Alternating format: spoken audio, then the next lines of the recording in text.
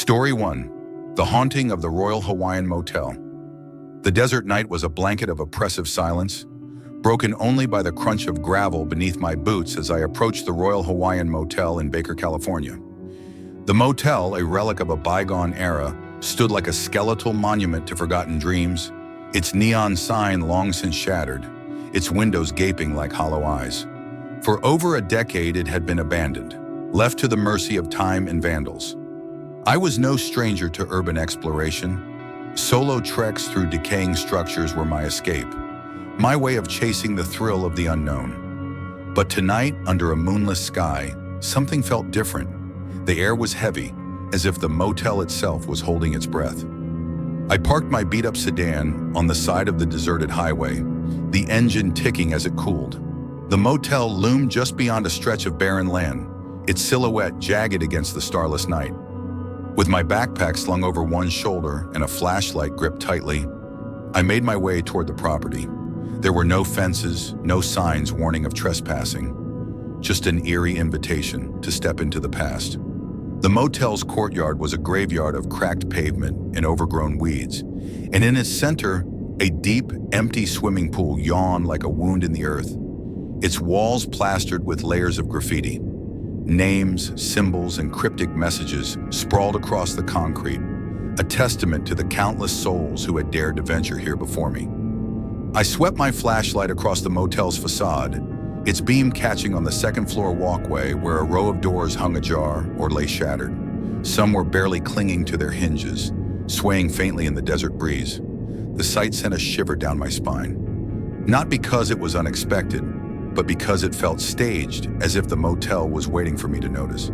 I told myself it was just the remnants of past explorers, kids with spray cans and too much time. But the silence was unnerving, broken only by the faint whistle of wind through broken glass. My first stop was the pool, its depths cloaked in shadow. I leaned over the edge, shining my light into the abyss. The beam revealed more graffiti, but also something else. Scratched into the concrete at the bottom were the words, "She's still here." My stomach twisted. It was probably just a prank, I reasoned, but the words lingered in my mind as I turned back toward the motel. The ground floor rooms were a maze of decay. Each one I peered into was a snapshot of abandonment. Peeling wallpaper, overturned furniture, and the occasional mattress sagging under the weight of dust and time. Graffiti covered every surface, some of it crude, some of it oddly poetic. In one room, a dresser stood alone, its drawers yanked open as if someone had rifled through them in a hurry. I wondered about the people who had stayed here, the lives that had crossed through these walls before the motel was left to rot. The thought made the silence feel heavier, as if the ghosts of those stories were watching me.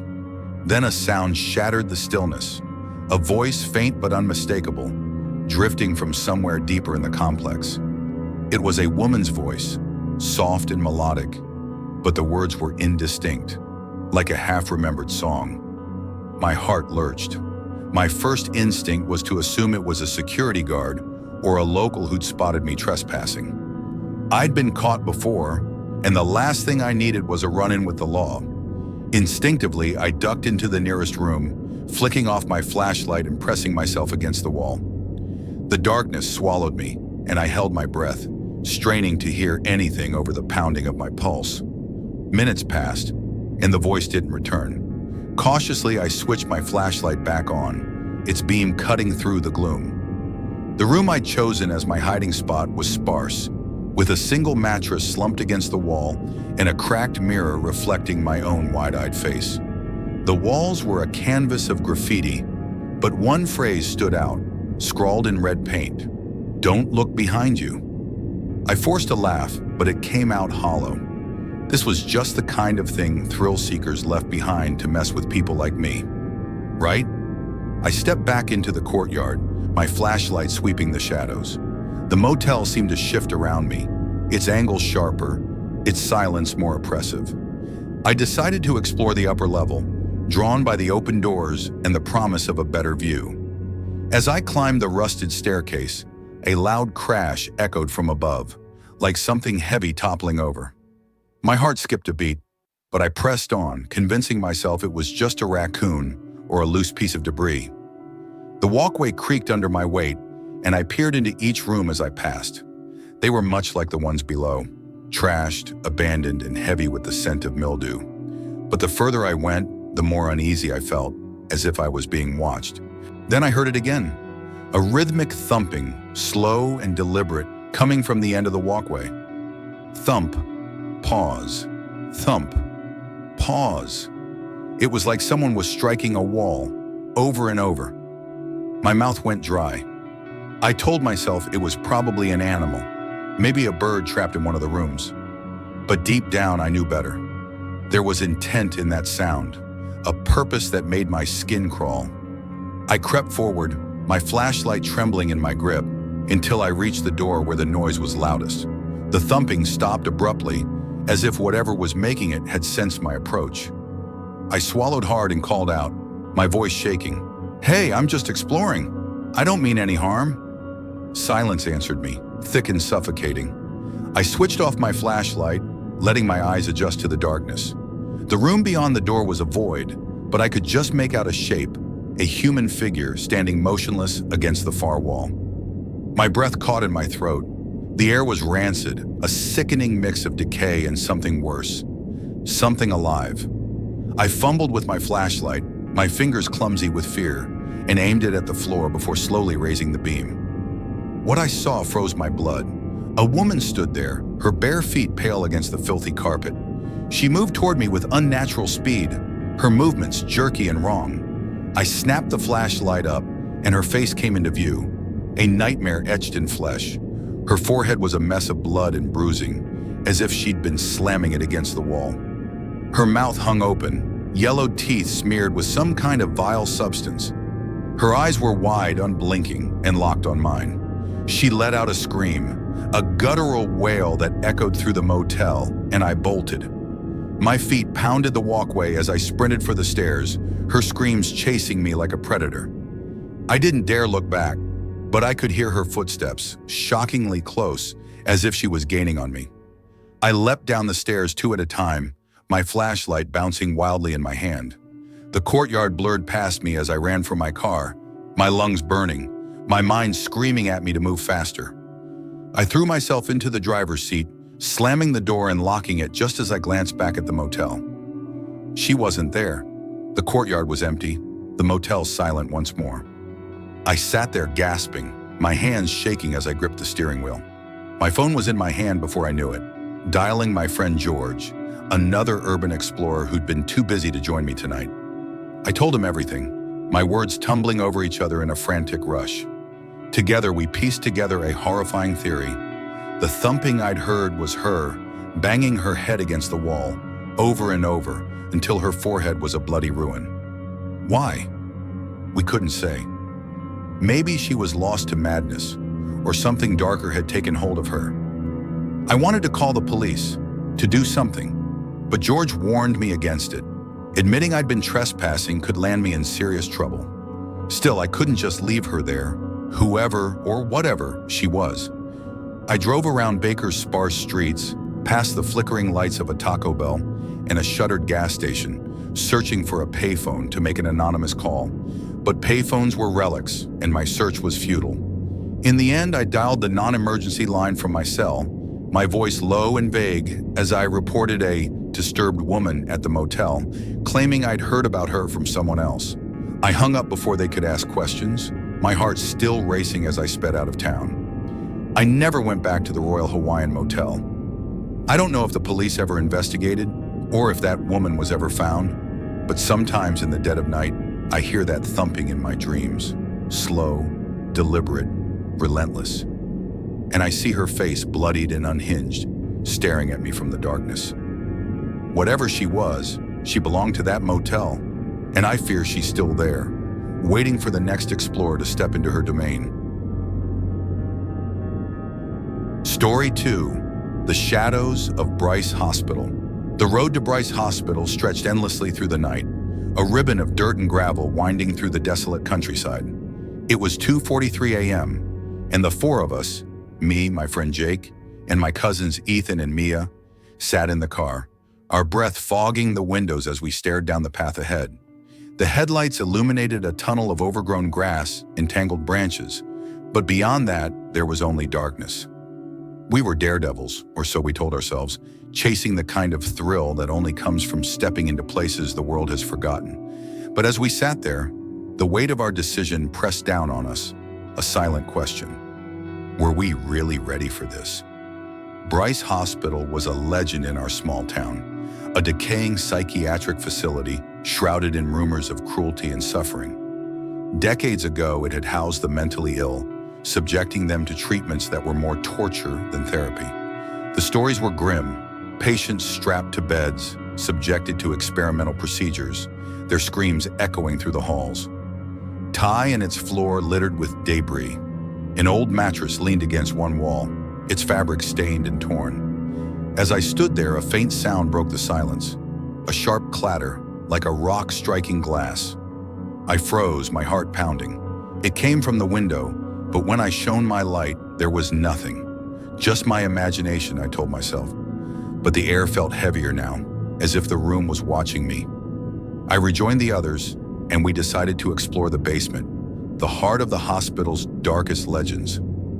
The stairs were nearly gone, forcing us to climb down carefully, our hands gripping the walls for support.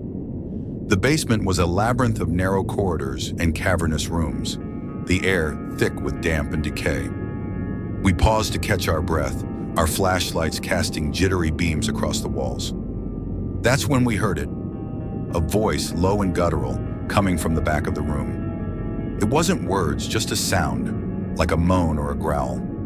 We froze, our eyes locked on each other, fear rooting us to the spot. Ethan, always the bravest, took a step forward, his flashlight trembling in his hand. "Who's there?" he called, his voice steady despite the tension. There was no answer, only silence, thick and oppressive. He moved deeper into the room, his light sweeping the shadows. Then he stopped, his breath catching. "Guys," he whispered, "there's someone here." We crept forward, our flashlights converging on a figure crouched against the far wall. It was a man, his back to us, his body hunched as if in prayer. His clothes were filthy, his hair matted and wild. Ethan took another step, and the man's head snapped around, his eyes glinting in the light. For a moment, there was only silence, a frozen tableau of fear. Then the man screamed, a wild, animalistic sound that tore through the basement. He lunged to his feet, charging toward us with terrifying speed. Panic erupted. We scrambled back, our screams mingling with his as we clawed our way out of the basement. Ethan pulled us up, his hands shaking as he yelled for us to run. We burst through a broken window, tumbling into the woods behind the hospital. The man's screams followed us, closer than I wanted to believe. We ran blindly, branches tearing at our clothes, the darkness pressing in from all sides. My cousin's flashlights bobbed ahead, growing fainter as I struggled to keep up. Pain shot through me as I collided with trees, my body bruised and aching, but fear drove me forward. We reached a clearing, gasping for breath, our flashlights sweeping the woods for any sign of pursuit. The man's screams had faded, but the silence was no comfort. We found a trail and followed it, hoping it would lead us back to the car. But we'd gone the wrong way, wandering for an hour before doubling back, our nerves frayed to the breaking point. When we finally saw the hospital again, relief flooded through us. The car was close, but as we approached, a rustling came from the bushes nearby. Before we could react, a rock flew out, striking Jake in the shoulder. He yelped, and we turned to see the man emerging from the shadows, his eyes wild and unhinged. We sprinted for the car, our screams echoing in the night. He was behind us, his footsteps pounding the earth. But we reached the car first, piling in and slamming the doors. I fumbled with the keys, my hands shaking as the engine roared to life. The headlights snapped on, and there he was, charging toward us, a glass bottle raised in his hand. He smashed it against the window, the glass cracking but holding. I threw the car into drive, and we sped away, the man's screams fading into the distance. The drive home was a blur of silence and shock. We didn't speak, didn't look at each other, our minds replaying the terror of what we'd seen. My body trembled, adrenaline still coursing through me. We never spoke of Bryce Hospital again, and urban exploration lost its allure. But sometimes in the quiet of the night, I hear that scream. and I see those eyes glinting in the dark, forever burned into my memory. Story 3. The Woman in the Abandoned Manor. The Georgia countryside was a world of secrets, its rolling hills and dense forests hiding places the modern world had forgotten. At 15, I was too young to understand the weight of those secrets, but my brother Seb, 3 years older and brimming with reckless curiosity, was determined to uncover them. He was obsessed with urban exploration, always chasing the next thrill, the next story to tell. When he heard about an abandoned manor deep in the woods, its history shrouded in mystery, he couldn't resist. And because he didn't want to go alone, he dragged me along, promising an adventure I'd never forget. He wasn't wrong, but not for the reasons he thought. We set out in the late afternoon, the sun dipping low, casting long shadows across the dirt road where Seb parked his rusty pickup. He'd chosen a spot hidden by a cluster of ancient oaks, their branches tangled like skeletal hands. The manor wasn't visible from here. We'd have to walk nearly a mile down a cracked concrete road, its surface split by years of neglect. Grass and weeds sprouted through the fissures, reclaiming the path with relentless determination. The air was thick with the scent of pine and decay, and the silence was broken only by the crunch of our footsteps and the distant call of a crow. As we walked, I felt a prickle of unease, like we were being watched. I kept glancing over my shoulder, half expecting to see someone or something lurking in the trees. Seb, oblivious to my nerves, was all confidence, his flashlight swinging casually at his side. "This place is gonna be epic," he said, his voice brimming with excitement. "They say the family who lived here just vanished, left everything behind. No one knows why." I nodded, trying to match his enthusiasm, but the further we walked, the heavier the air felt. Then out of nowhere, I saw her, a woman maybe 50 yards behind us, walking in our direction. She was tall and thin, her gray dress hanging loosely on her frame, her hands clasped behind her back. Her presence was jarring, a solitary figure in this forgotten place. I nudged Seb, my voice low. "What do we do?" He glanced back, his expression unreadable. "Just play it cool," he said. "If we run, it'll look suspicious. She's probably just a local." We kept walking, our pace steady, but I couldn't shake the feeling that she was closing the distance. Her hands remained behind her back, her posture oddly formal, like she was strolling through a park rather than a desolate road. I stole another glance, and she was closer now, her face coming into focus. She was smiling, a wide, unnatural smile that didn't reach her eyes. "Lovely day today, isn't it?" she called, her voice soft but carrying an unsettling lilt. "Yeah," Seb and I replied in unison, our voices tight. We picked up our pace just slightly, hoping she'd fall behind, but she didn't. Her footsteps were silent, yet she was gaining on us, her smile never wavering. When she was almost close enough to touch, she spoke again, her voice low and deliberate. "I have to go to bed now." The words hung in the air, nonsensical and chilling. Seb and I exchanged a glance, our eyes wide with confusion and fear. Without a word, we sped up, our footsteps pounding the cracked concrete. I looked back one last time, and she was gone. Vanished, as if the woods had swallowed her whole. My heart raced. There was nowhere for her to go but into the dense forest on either side of the road, and the thought of her lurking among the trees was worse than seeing her behind us. We reached the manor shaken but determined to press on. The house was a crumbling giant, its once grand facade overtaken by ivy and time. Shattered windows gaped like wounds, and the front door hung crookedly on its hinges. We climbed through a broken window, careful to avoid the jagged glass, and stepped into a world frozen in time. The interior was a museum of abandonment. Furniture draped in dust, faded photographs curling on the walls, and a chandelier dangling precariously from the ceiling. In the kitchen, the fridge held rotting food, its stench so overpowering I gagged and slammed the door shut. We explored the first floor, our flashlights cutting through the gloom. The silence was oppressive, broken only by the creak of floorboards under our weight. In the basement, we found more chaos. Scattered papers, overturned furniture, and a carpet stained with years of neglect. As we stood there, a loud thump echoed from upstairs, sharp and deliberate. We froze, our breaths shallow, waiting for another sound. When none came, Seb shrugged it off. "Old houses make noises," he said, but his voice lacked conviction. We headed upstairs, the staircase groaning under our weight. At the top, a bathroom faced us, its tiles cracked and yellowed. To the left, a narrow hallway led to an open door, beyond which the passage turned sharply. We entered the first room, a modest bedroom with a double bed and an antique dresser. Old clothes lay folded inside, untouched by time. It felt like trespassing, not just on property, but on someone's life.